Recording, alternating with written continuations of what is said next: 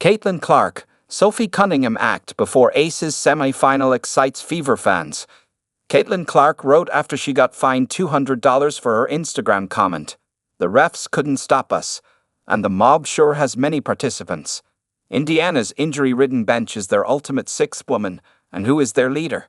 Of course, it's Clark and Sophie Cunningham. Heading back to their house in Game 3, they were bound to be even more excited than usual.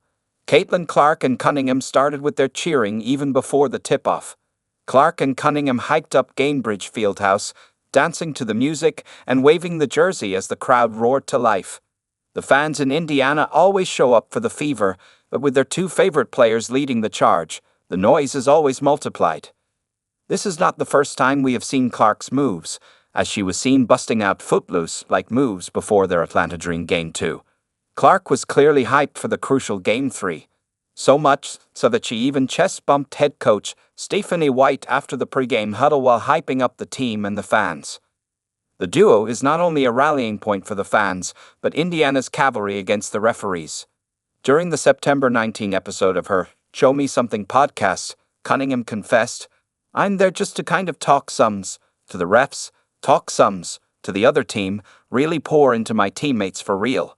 Like I want them to be confident because that's when everyone's at their best, and it's just more fun." Cunningham brings her trash talk while Clark brings her black Nike Air Force Ones, which have become a running superstition among Fever fandom. That pair suffered its first loss in Game 2 after 3 consecutive wins. 3-1 isn't a bad record. However, before Game 3, Clark was spotted in gray Nike Air Force Ones. The Indiana Fever star has been on the sidelines for almost every Fever game during her rehabilitation. Continuing that, she is missing a major honor just to attend Game 3. Caitlin Clark misses a Hall of Fame honor to attend Game 3. There is no I in team. I am sure you have heard this saying multiple times, but as you jump levels, it fades into the background.